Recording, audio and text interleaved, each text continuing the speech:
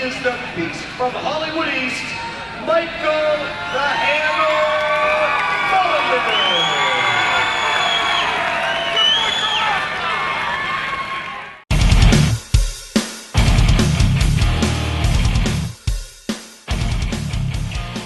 Hey folks, Michael Hammer Mulligan here. Welcome back. It's been a little while since I did a fresh one. I'm here with Artie, the fearless one, Mullen. Did I say that right? You said it right. And here's the thing. Now, Artie, again, the fearless one is for a reason. He does not just go after the guy that's just starting up. He doesn't go after, you know, anybody without a name. He's a headhunter. He goes looking for the toughest guys in this sport, and he fights them. Window in this sport as well, just like everything else. You know, the window's a little larger, I think, thankfully, because, you know, we can go till a later age for some reason. But if you're grandfathered in. Yeah, if you're grandfathered in. We're grandfathers. Yeah. Yes, sir. Tell me about it. Well, the reason mainly why I got in this, and if a lot of the fans or people that really know me, that follow me throughout the years, I do got a lot of losses, but I didn't come into the sport looking to go into the UFC or get this big championship title. I came in to try to see what my skills have been growing and progressing over the years. And I've noticed, because I love the sport so much, how, like you explained, you got these great fighters that are coming up and stuff, and you got people that set up the fights and leave them hanging, and then they don't get to fight to up their career. Right. That, to me, bothers me because, like I said, I feel like I'm doing good in this sport without UFC or the title or anything like that. I'm the one that wants to fight these big guys that no one wants to fight. Get into the ring because, you know, you need to be able to focus on the fighting part yourself and let somebody else focus on the details. Well, I agree and disagree in a way, Mike, and not to disrespect you. No. When you say independent, I'm retiring. Did I tell you that before? Look, show me a tattoo. Pull your shirt down. Let me see a tattoo. What do you got there? CFX. CFX tattoo. Who does that? Now, when did you get that? I've got that, I believe, on my second show. Nice. Nice. All right, put your shirt back on. Gary, at the end of the show, and this was my first fight, you know, I got lied to on the fight I was fighting. And Gary... Well, how did you get lied to? Would they tell you the kid was a beginner or something? Well, I came in, I started at 40 years old. My first MMA fight, never did any kind of fighting like that. And the guy that, the promoter, tells me, oh yeah, the guy's the same age, never did any kind of sport, he wants to try out a sport, he wants to try MMA for the first time. I says, okay, that sounds like a fair fight. It comes to finding out that it was a friend of mine that I did some bouncing with, like he was 27, 28 or something like that, and his record was 14-3. And he's a new guy. Yeah, and actually they called him up because he went underground bare knuckle brawling, and they called him up from that fight. Yeah. But anyways, Gary for some reason took a liking to me, and at the end of the show, I mean, it was like just a tremendous feeling that this guy that's so much a part of MMA that I'm trying to get myself involved with actually pulled me aside at the end of the show and sat me down and gave me a few pointers what to work on and this and that, and I have a good shot at the sport and stuff, you know, and that just blown me away. You know? But what about Lee Bean? Lee Bean. That was my first fight when I came to CFX. Yep. Lee Bean. Yep. And if you want to hear a funny story, I mean, I knew nothing about Lee Bean or anything, and I come up here and I'm at the hotel. They never tell Artie much before he gets here. No. But he asked me last night, who's this banana guy? I went, oh. Yeah, believe me. But I didn't know nothing about Lee Bean. I wanted to fight, and I heard he was top of the rank, and that's what I was looking for. Right. Yeah. I go to Friendly's for breakfast, and they're like, oh, you look like a fighter. I go, yeah, I'm fighting here at the Jungleplex. And they're like, oh, who are you fighting? And I says, some kid Lee Bean. The whole restaurant went quiet, and like the show Parker Lewis Can't Lose, they all went over, stood at me, and all you hear is, woo. Hey, your last meal's on us. I love you, Gary. Beautiful. So listen, folks, if you don't know what that is behind me, that is the Packy. That is the award that this show won. Alright, so now we are now known as the award-winning Michael the Hammer Mulligan Fireside. Thank you very much for your votes. I love you all for doing that for me. We won Sports Show of the Year. We came in, we were nominated out of 25 to 22 shows. Wow, that was cool. Out of a whole bunch of shows, we were nominated for, yeah, that was something. Awards are just flying off the show for this guy. Artie. Mike. What's the nickname? The Fearless One. Artie, the Fearless One Mullen. He's going tonight. We'll talk about it later. I'll let you know what happens. Good luck. Congratulations. And, you know, folks, thanks for coming to another Fireside Chat with Michael and Mulligan.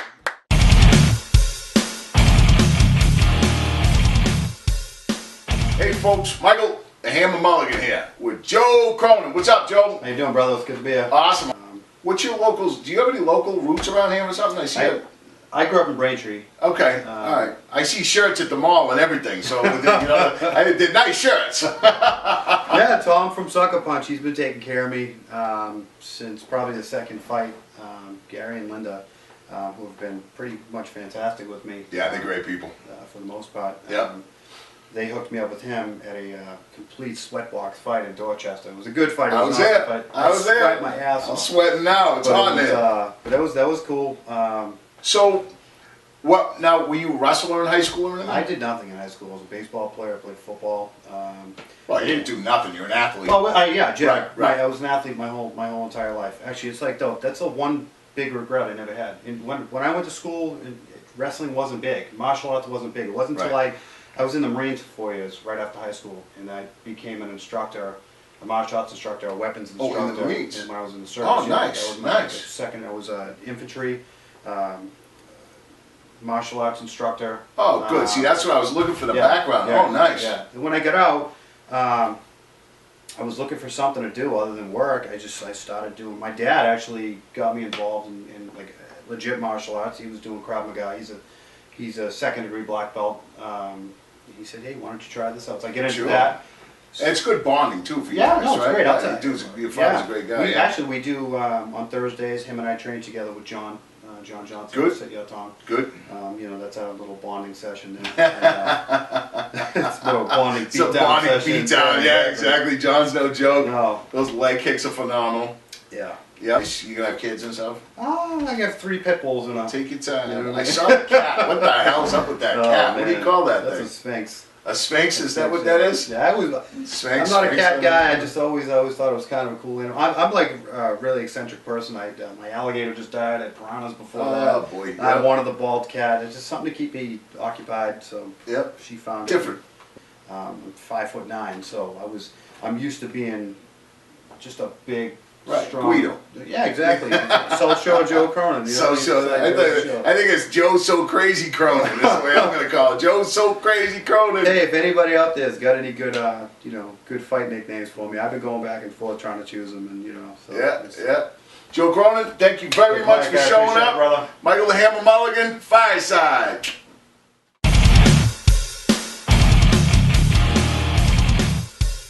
Hey folks, Michael the Hammer Mulligan here with Steve the Sandman Dunn. What's up, Steve? What's up, guys? Tell me about Thailand a little bit.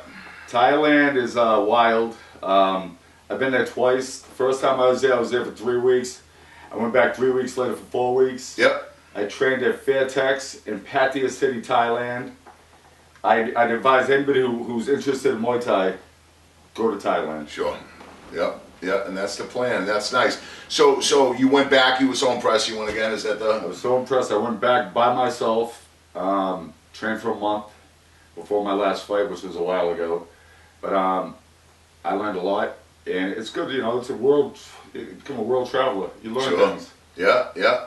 Hey, that's all right. Now no injuries. You're all set. You good? I'm perpetually injured. It's an old guy thing. Yeah. I'll be 47 next month, so. Nice. If you're not hurt, you're not training hard enough. Sure, exactly. I the feet. How are your feet? Are you hurt? Mine. That was always my My thing. feet don't bother me. Everything else does. So. There you go. Shoulders, I guess it was because I was hips, so big. knees. Yeah, well, see, that's a whole different situation. Yeah. Let me see. Tell me about your new school. Y Crew South? Y Crew South. Nice. On the Brockton-West Bridgewater line, we have, it's a real big facility. We have a 24-foot boxing ring. We have wrestling mats. We have cardio equipment, 7 to 8 treadmills, weights, They measured us for a cage yesterday, so we'll have a cage next week. Beautiful. Bunch of bags are going to be hung. It's a work in progress. I'd say within the next month it'll be complete. You got all the components. Now I heard you said you had a boxing ring. Do you have a boxing coach? We have Danye Thomas is a U.S. Boxing Association certified trainer. Beautiful. His father's a 2-time Olympian, so he's a great athlete. Danye, I've known Danye since he was 8. He's 42, so I've got a lot of history with him. Yep. Tough kid, great with kids. We're city guys, so we're a little rougher on the edges, but we get the job done. And the other thing too is you got to understand. I don't know how are your classes geared? Because you got the guys that want to fight, you got the conditioning class. That's it. What do you got? We're working the schedule now, but like Hanan Borges, world champ, these kids are coming in to get an hour of no gi for the kids. Yep. And then say we'll do an hour of adult no gi. Then it'll be open mat period. There's we have a whole full schedule. Muay Thai every day. Yep. Boxing every day. Yep. Grappling every day. Strength and conditioning every day. So do you have, for instance, like we do a pad class down here where you go in at 6 o'clock and you grab a partner and they call up pads and they teach you and you do the conditioning and that type of thing, where people don't have to get hit or beat or turned, they just get the conditioning aspect of the Muay Thai. 100%. Okay. We get a lot of girls coming in. Right. They don't want to get hurt. Yep. Some of the girls, Rachel Smith, or we have another girl working at Mary Pophams, we call her. Tough. You look at them, secretaries, Yep. and they'll kick you in the head. So, Yeah, exactly. Folks, Steve the Sandman Dunn, Michael the Hammer Mulligan, thanks for coming to another Fireside Chat. Guys, see you next time. Thank you very much. Hello, folks. Michael the Hammer Mulligan here with Michael, Loco, Lobo, Gresh. What's up, Michael? What's up, Mike? How you Welcome doing? back. It's been a while. Good to be here, brother. Got a lot of stuff stirring today. Oh, yeah. And then we got an awesome fight online with Chip Marazza-Pallad, the surgeon. Oh. The surgeon from CCFA, who's basically been called out by the TPS team from Ricardo, the Water Buffalo George.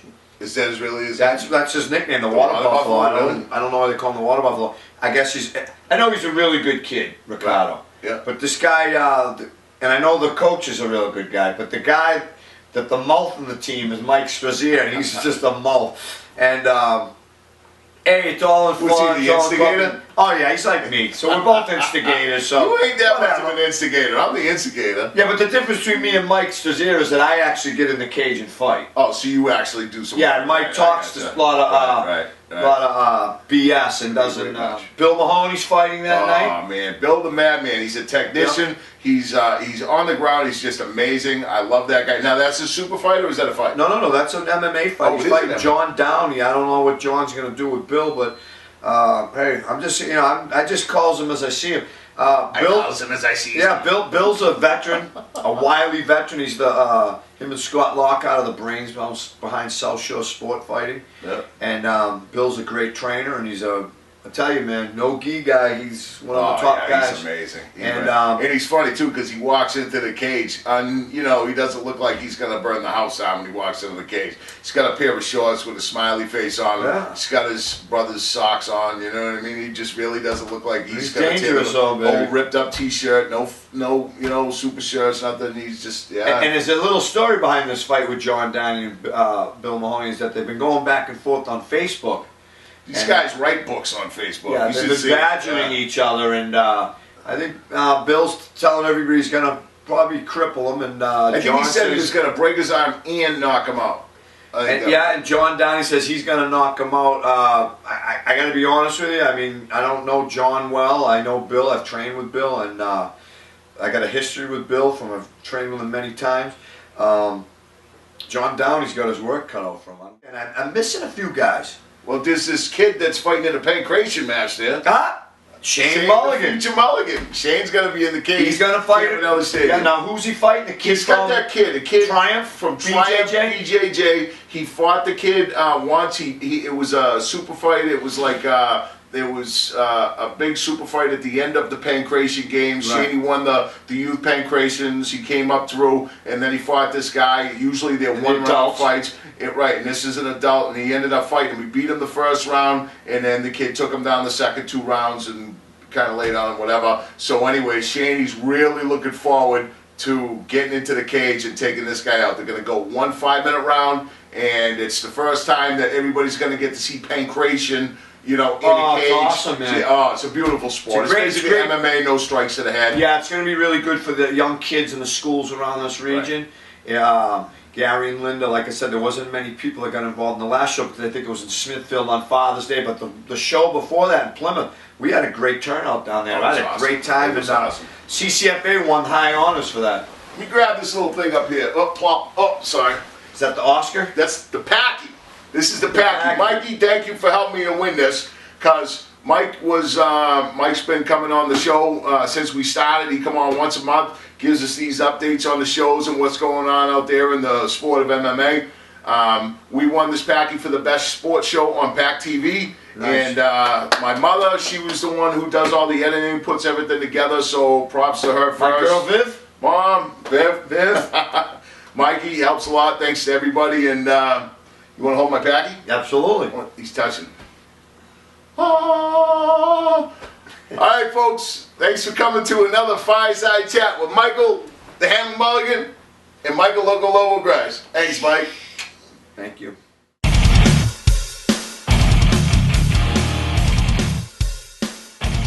Hey folks, Michael the Hammer Mulligan here. We're here for a fireside chat today. Now, you always hear me talk about my son Shane. I know you're probably sick of hearing it, but I don't care. So the reason why we call him the future is because he is one of those people that is being trained from a young age to learn all of the sports, all of the martial arts, and put them together, or at least the key ones that we believe are the best for mixed martial arts. So today we're going to show you what was his first Muay Thai fight in Boston. It was in Cambridge a couple weeks ago, again at Redline Fight School. He fought a 34-year-old man from Plymouth, Massachusetts, named Brian Travers. He works for Howland Disposal. Brian trains at the Pound MMA. They're a school in Wareham. It was a sight. I was very, very proud of Shane. I was happy to watch the fight. I was glad it went 3 rounds. It didn't go all 3, but it went, you know, into the 3rd round. And I was glad that he was able to be tested like that, because we need to know if there's anything wrong so that we can fix it. You know, his coaches can get in there and examine and watch the fight and watch the video. So what we're going to do today is we're going to show round 1 right now. And then when we come back, Shane's going to be sitting here with me, and Shane can critique his own fight for you and tell you what he thinks. Fighting out of the red corner, from CCFA, Shane Mulligan.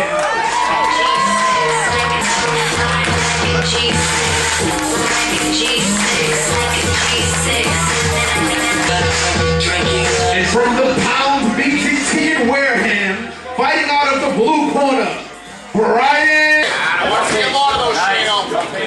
Hands up, hands up, hands up, hands up. First one, Shane. You have one, you have one. Good. 1, 2. Yeah! Forward! Take your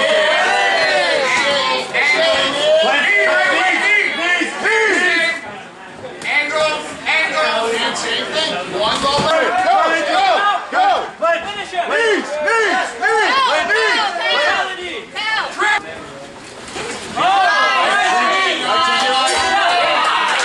Hey folks, we're back. Now I got Shane, the future Mulligan. What's up, Shane? Let's go. Alright, so Shane's going to talk about his fight a little bit. First of all, I want to let you know we don't just throw him in there. He does spar with animals. He spars with, so it's kind of cool. What's you think? It was exciting.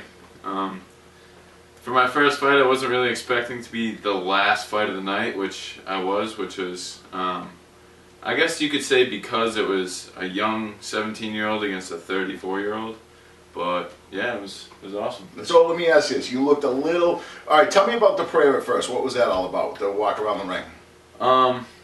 Just a prayer going around, basically for, like, watch over me, all that. How did you feel that first second when you stepped into the ring? What was it like? At first, before the fight actually started, before the ring, or the bell anyways, kind of felt like just another event, like another wrestling match right before the match. Like, I don't know, you just feel the adrenaline going through you, but right when that bell rung, everything dropped. All the adrenaline dropped on me, and I had the adrenaline dump, they call it. And You did well. You pulled through the first round. yeah, I did. All right, well, let's take a look at the second round and see what happens.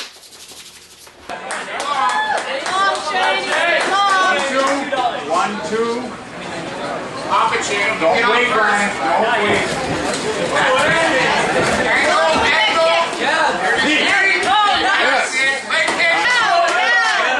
Brian, hands up. Knee on it. Circle out, Brian. Circle out. Circle out. Circle out. Don't get it. Take it back. Shane, break out. Break out.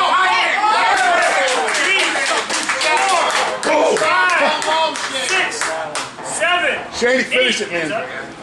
Shane, loose jab. All right, folks, that was a great round. Round number 2 was a great round. What did they tell you in the corner? I don't remember. I was still kind of in shock from the whole adrenaline dump thing, but Well, you were rocking, though. You came out and you were rocking. You looked like you had a little more swag in your step there. yeah, by the end of the round, my confidence was there. All right, so listen. The guy took you and threw you on the ground. You went to do something and he got you off balance and he chucked you on the ground. What were you thinking? What did you say to yourself as you're on the ground? I don't know. I kind of got frustrated yeah, it kind of triggered me in my head. I do the same thing in wrestling where if I don't get my way, I tend to be a little bit more aggressive, but I still think. That's awesome. All right, standing 8 count. Explain to the folks what that was. When they stopped the fight and they had to count Brian out for a little bit? That's when the referee thinks that the fighter may be in danger and might not want to fight anymore, so they'll count to 8, and if the fighter wants to continue, they'll put their gloves up, they'll say, yes, I would like to fight, and they would walk towards the referee. All right, folks, we're going to head out and let you watch the second round. Don't go away. It's exciting. We'll be right back on Fireside. Break away. Now, where is it? Yes. Brian, hands up. Yes. Angle. Shane, let's sweep. Behind that red light. Yes. Don't keep clinching, Shane. I don't want any clinching. I want you to straight away. Brian, circle out.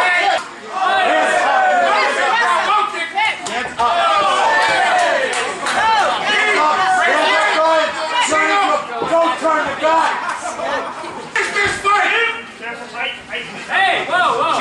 Shane, come on, please. All straight. All high. Going high. 5, 6, 7, 8. Finish this fight right now. Done. I have Mulligan here, and that was the third round, part of it anyways, and Shane got the victory. First one, first Muay Thai fight, first win. Now I'll ask you this, riddle me this. You didn't really know what was said now in the corner of between round 1 and 2. What was said in the corner between round 2 and 3? In between 2 and 3, I had Crew Johnny Johnson sitting there. Well, first of all, he picked up my legs. I thought they were so planted, I don't know. But anyways, they're all just telling me, calm down, stay relaxed, you got this. I want you to go out and finish the fight. Right? Guys, I said, listen to me, I want you to go out, fake the jab, and the front teep to the face. And a teep is a front kick, for you that don't know. But yeah, so I went out and I did that, and as you can hear him, he yelled. It was awesome. You had him, you kicked him a bunch of times. Did you know it was over? I knew it was over. Yeah. I knew at one point that if he took enough kicks to the face and to the body, then he would. Right. It was kind of a nice reward for all his effort. In. But thanks to all you guys for your help training at Cape Cod Fighting Alliance, Brian, Sit Your Tongue, everybody else that, has touched us along the way here, because, we have, anyone from, just so many fighters have come to CCFA. We've gone and trained at other places just to say hi. King of the Mat, the Napagas, the Nagas, all that stuff. It takes a lot of work to go into this. There you go, baby. There you go. So, Shaney, anybody you want to thank? I'd like to thank Loco, Lobo, Pat Schultz, everyone. All my training partners, my family, love you, Dad. Sid Yatong, everyone up there, my friends, everyone. Yeah, nice. So there you have it, folks. That's what happens when you put the effort in. What do you get? what you put in. Thanks for coming to another Fireside Chat with Michael, the Hammer Mulligan, And Shane the future. Shane the Future Mulligan.